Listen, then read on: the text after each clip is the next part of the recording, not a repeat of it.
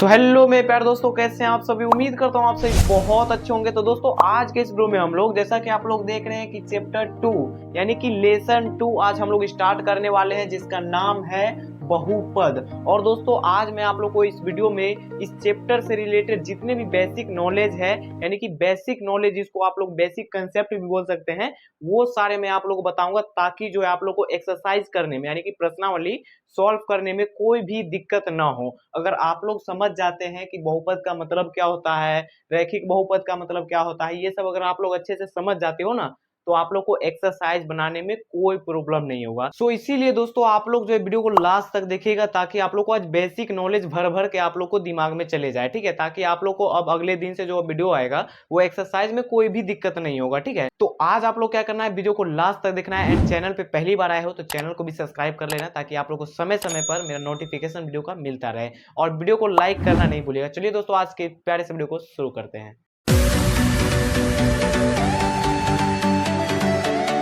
तो दोस्तों सबसे पहले यहाँ पे आप लोग देख सकते हैं चैप्टर का नाम ही है बहुपद। तो बहुपद का मतलब क्या होता है वो सबसे पहले आप लोग को जानना जरूरी है, क्योंकि अगर आपसे कोई पूछ देता है कि बहुपद का मतलब क्या होता है, आप बता पाएंगे, जान लेंगे तब जाके बता दोगे, ठीक है। तो बहुत सिंपल है। सबसे पहले यहाँ पे देख सकते हैं कि यहाँ पे मैंने क्वेश्चन ले लिया है कि बहुपद किसे कहते हैं। तो यहाँ पे उसका आंसर क्या हो जाएगा कि चर अचर के गुणांक तथा ऋणांतर घातांक के जोड़ घटाव या गुना की क्रिया वाले बीजगणितीय व्यंजक को बहुपद कहते हैं। थोड़ा थोड़ा समझ में आया, मोटा मोटा थोड़ा थोड़ा समझ में आया कि इसमें जोड़ घटा गुना ये सब बोला है, पूरा क्लियर हो जाएगा। देखिए यहाँ पे बोला है चर अचर। तो सबसे पहले आप लोग जानिए कि चर किसे कहते हैं और अचर किसे कहते हैं। चर दोस्तों हम लोग उसे कहते हैं, आप लोग कॉपी में नोट कर लीजिएगा, मैं यहाँ पे लिख देता हूँ। चर किसको किसको बोलते हैं सबसे पहले वो समझिए। तो देखिए एक्स हो गया, वाई हो गया, या फिर जेड हो गया, या फिर ए हो गया, बी हो गया, सी हो गया, ये जितने भी ए बी सी डी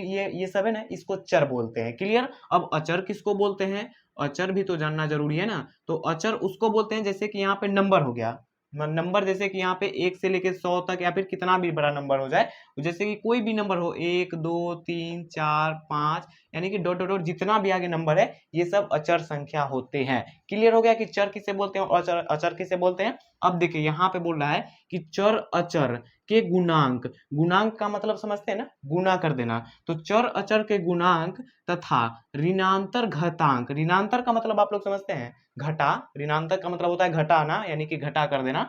ऋणांतर घातांक के यहाँ पे जोड़ घटा या गुना बोल रहा है। इसको आप लोग एग्जाम्पल, ये जो आप लोग देख रहे हैं ना, इसकी मदद से पूरा क्लियर हो जाओगे, ठीक है। तो इसको आप लोग जो है यहाँ पे एग्जाम्पल में आप लोग को समझना है। देखिए जोड़ घटा या गुना बोल रहा है, तो यहाँ पे सबसे पहले मैं आप लोग बता दूं कि चर अचर बोल रहा था ना, तो यहाँ पे ये चर आ गया, x जो है चर है ना, तो चर आ गया यहाँ पे, और ये इसका पावर है, इसको पूर्ण संख्या बोलते हैं, ठीक है। तो चर है यहाँ पे, और यहाँ पे देखिए आप लोग 2x है, तो यहाँ पे ये 2 क्या है, 2 जो है यहाँ पे ये क्या है, अचर है, और यहाँ पे ये x क्या है, x यहाँ पे चर है, और दोनों के बीच का संबंध क्या है, गुना का संबंध है। तो यहाँ पे बोल रहा है ना कि चर अचर के गुणांक, समझ में आ गया। चर अचर के गुणांक, यहाँ पे दोनों का गुना मतलब है, तो वही वहां पे सिर्फ लिख दिया कि चर अचर के गुणांक, गुना छिपा हुआ है, गुना आप लोगों को समझ में आ गया।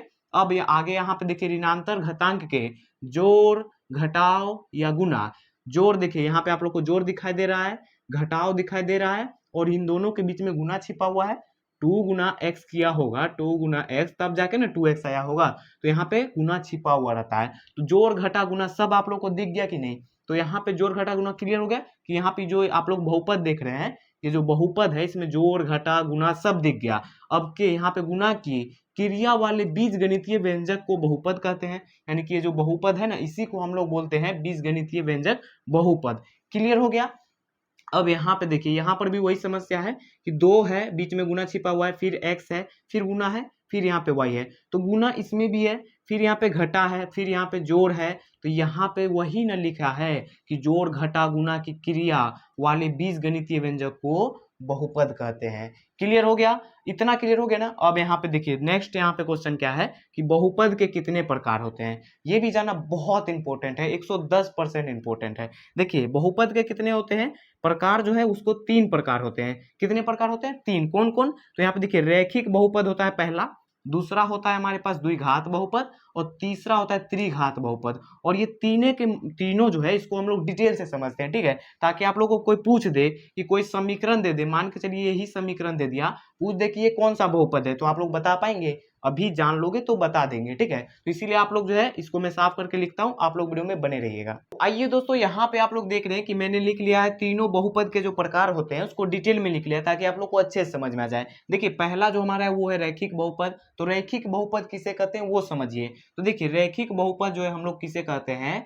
घात एक वाले बहुपद को रैखिक बहुपद कहते हैं। बहुत ज्यादा सिंपल है, आप लोग को बस पहचानना है। जैसे कि कोई समीकरण दे दे, बहुपद दे दे और बोले कि ये रैखिक बहुपद है या फिर द्विघात बहुपद है या फिर त्रिघात बहुपद है, तो आप लोग कैसे पहचानेंगे? तो इसका एग्जाम्पल यहाँ पे आप लोग देख रहे हैं ना, इसको ध्यान से समझिए। देखिए यहाँ पे घात एक बोला है ना, तो यहाँ पे क्या है, ये है हमारे पास समीकरण और यहाँ पे क्या है 2x प्लस में 3 है, 2x प्लस में 3 है और इस x के पावर में जो है ना यहाँ पे जो इसका घात है वो छिपा रहता है, वो एक छिपा रहता है। यहाँ पे क्या छिपा रहेगा, एक छिपा रहेगा। और ये एक क्या है, तो पूर्ण संख्या है। क्या है, पूर्ण संख्या है। तो ये जो है ना यहाँ पे ऐसा करके समीकरण अगर आप लोग को दिख जाए जिसमें ऊपर में स्क्वायर ना हो तो वहां पे एक छिपा रहेगा, तो उसी को हम लोग घात एक वाले बहुपद को रैखिक बहुपद कहते हैं। उसी को हम लोग क्या बोलेंगे, रैखिक बहुपद। जैसे कि एक और एग्जांपल ले लेते हैं, मान के चलिए कि 5x और प्लस में 2 दे दे, तो यहाँ पर भी इसके ऊपर में कोई है, कुछ है नहीं है, तो कुछ नहीं है यानी कि यही रैखिक बहुपद है। क्लियर हो गया, बहुत ज्यादा सिंपल था वो। और दूसरा ये समझते हैं, दूसरा है हमारे पास द्विघात बहुपद किसे कहते हैं। तो घात दो वाले बहुपद को द्विघात बहुपद कहते हैं। घात का मतलब समझते हैं ना, कि जैसे कि यहाँ पे 2x स्क्वायर है, तो ये स्क्वायर को ही हम लोग घात बोलते हैं, ठीक है। इसको पावर भी बोलते हैं और यहाँ पे अगर 2 है तो इसको स्क्वायर बोलेंगे, वर्ग भी बोलते हैं इसको, ठीक है।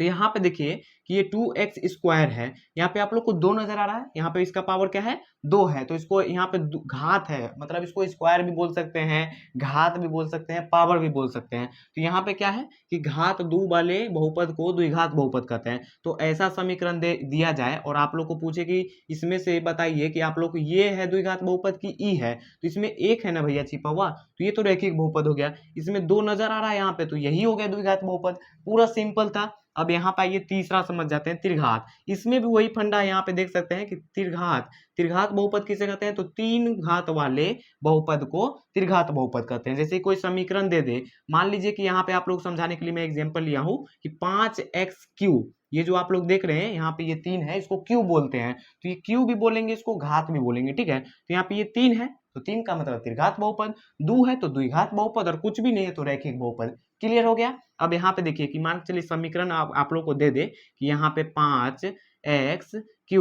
प्लस 2x स्क्वायर प्लस में 3x और प्लस का प्लस चाहे फिर यहाँ पे माइनस का 1 दे दे, और यहाँ पर जो है आप लोग को दे दे फिर यहाँ पे दूसरा एग्जाम्पल दे देगा, ऑब्जेक्टिव का मैं बात कर रहा हूँ। जैसे यहाँ पे दे देगा फिर 2x स्क्वायर प्लस में 3x प्लस का 2, और यहाँ पे तीसरा दे देगा यहाँ पे 2x प्लस में 1 दे देगा। अब हमको आप लोग बताइए कि इसमें त्रिघात बहुपद तीनों में से कौन है, ई है कि ई है कि ई है, तीनों में से कौन है, और एक दे देगा कि कुछ कोई नहीं है इनमें से। तो आप लोग क्या मानेंगे कि जिसमें 3 नजर आ रहा है वो त्रिघात बहुपद है, तो यहाँ पे ये त्रिघात बहुपद निकल गया। अगर एग्जाम में क्वेश्चन आ जाए कि द्विघात बहुपद कौन है इनमें से, तो वहां पर ऑब्जेक्टिव मतलब यहाँ पे ऑप्शन दिया रहेगा, जिसमें 2 नजर आ जाए वहां पे वो द्विघात बहुपद हो जाएगा।